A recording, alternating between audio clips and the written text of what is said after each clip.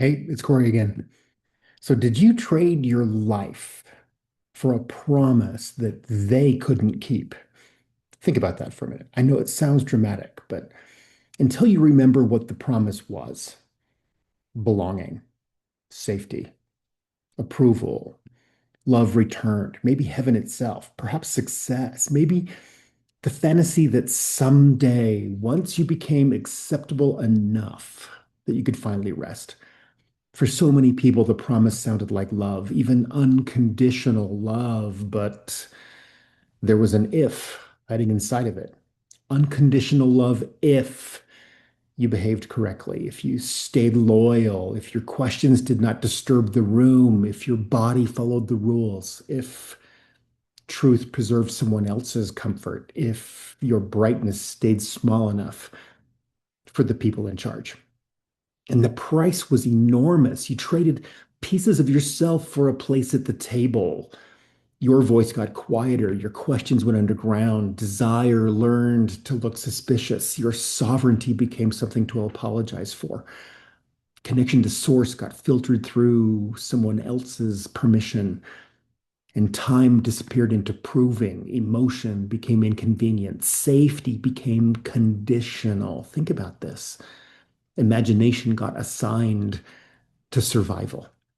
Light became something to manage instead of trust. Now, that is a very confusing kind of love, unconditional love, if it uses the language of devotion while teaching self abandonment.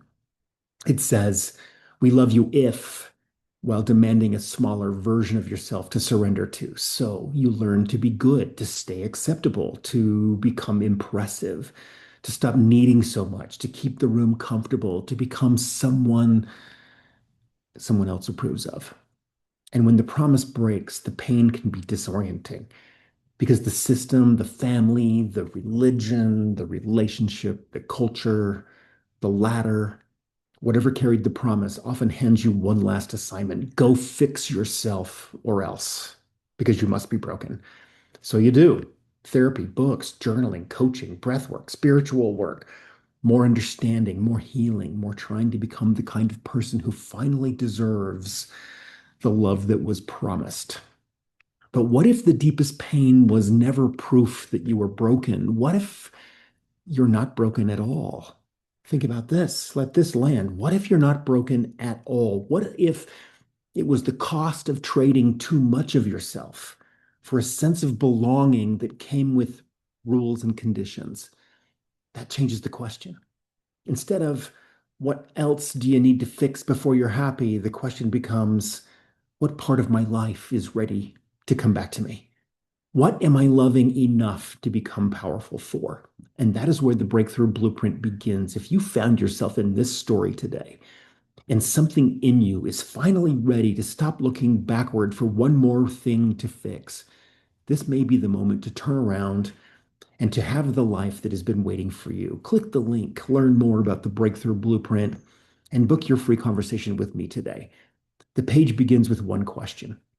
Did you train your life for a promise that they couldn't keep? I'm curious, and I hope you are too. See you there.